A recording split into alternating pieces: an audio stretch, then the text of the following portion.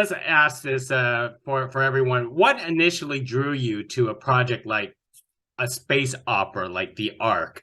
Christy, go for it. Oh, I definitely think Dean Devlin and Jonathan Glasner, those two guys are legends in sci-fi. So if you're going to do sci-fi, you want to do it with them.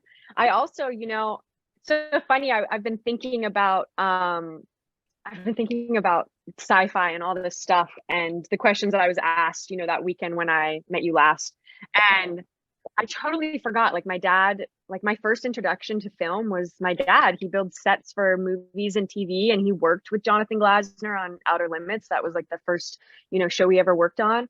And so I think because I had never done a space sci-fi show, that was really enticing to me because I just wanted to go and like be on sets that like are the equivalent of what my dad builds, It just felt kind of like I was living a childhood dream. Wow. How about you, Richard?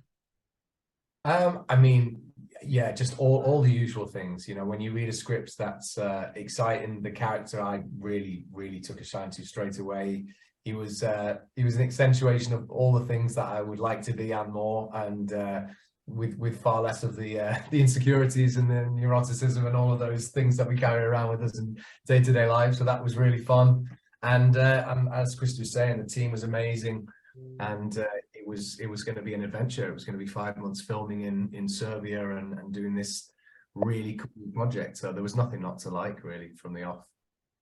And Reece, I've never been to space, so it was super cool to get to go to space, and to be in that world, where all kind. I mean, we've all watched space movies and space shows, and this one felt like it brought in kind of a new age humanity that I hadn't seen before, a young eclectic cast, and they just, Jonathan and Dean, they just surprise you again and again and again. I mean, even some of the casting, like I have to be honest, in your head, you have these kind of unconscious sort of visions of who these characters, you have to create a picture in your head when you read the script.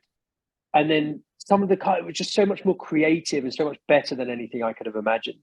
They're kind of visionary in that way, they're ahead of their time, and it's just the whole package of the show and our Christie Burke and Richard Fleeshman help as well when you're flying off to space to shoot a show. It's nice to know that you've got some real strong wingmen and wingwomen either side of you. So now, of course, we talked about this before about how 3 lieutenants lead a ship rather than 1 captain, and they immediately clashed. As actors yourselves, you're doing practically the same thing. You 3 are leading the show, but you're not clashing yourselves. This is the second time I'm talking to you, and you all get along very well. Or do you get along? Very good actors. Okay, very good actors. Are you kidding me? I hate these guys. I hate them. The whole thing. That's why we've been separated. We're not allowed in the same room anymore. We spent the whole shoot, Captain Phillips, we spent the whole shoot turning to each other going, look at me. I'm the captain now. The whole time. Like all just vying for like the lead. No, we all just got on just so well, didn't we? I think that helped us a lot throughout that summer in Serbia. Dean and Jonathan are slightly perplexed at how well our cast has gone. Yeah, they've been in this long enough. They've seen casts, and generally speaking, and speaking from my own experience and speaking from lived experience and things that I know and hear, casts, like any group of people that are put together for a long time, any group of humans, there's friction, there's trouble, and people find their own thing, and it can get complicated.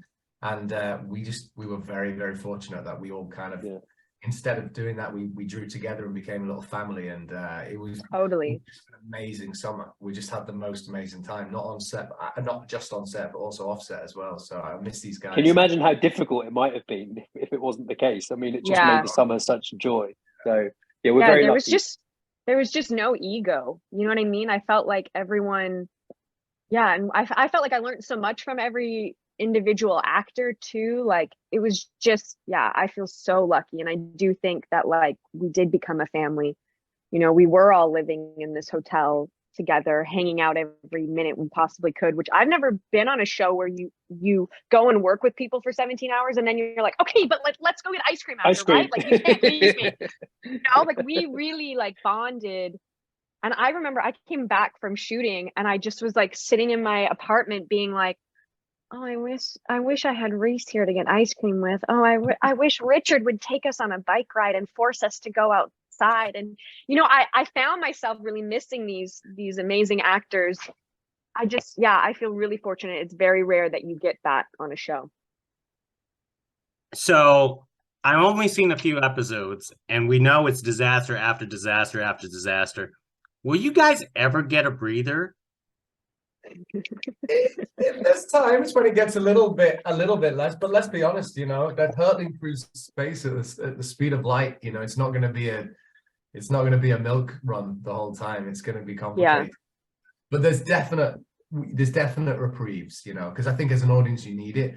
And what Jonathan and Dean have done is sprinkled in some light relief, some episodes where it gets a little bit more about the interrelationships, possibly a bit of romance, who knows. You know, and so there's all that kind of stuff. The human side of it comes out as well. But at the end of the day, the backdrop is always at any second that alarm could sound and some impending doom is moments away. Yeah. So and they get better at dealing with that high intensity too. I think it becomes like an everyday thing, right? Where they're constantly dealing with life and death situations. And we even say in the trailer, like, we're going where no man has ever gone before. We're the farthest out in space, you know, any human being has ever been, which I think is really crazy to think. Like, yeah, of course there would be like constant issues that you couldn't foresee or plan for. You are right though, Christie. As they get better, it does open the door for some levity, which is really cool how that's woven into the script.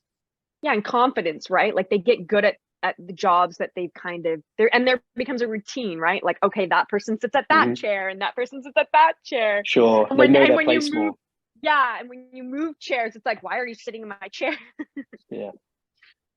Well, once again, you folks are so enjoyable to talk with. I wish I had an hour, but I don't. So thank you so much. Likewise. Next time, well, we are definitely doing this again.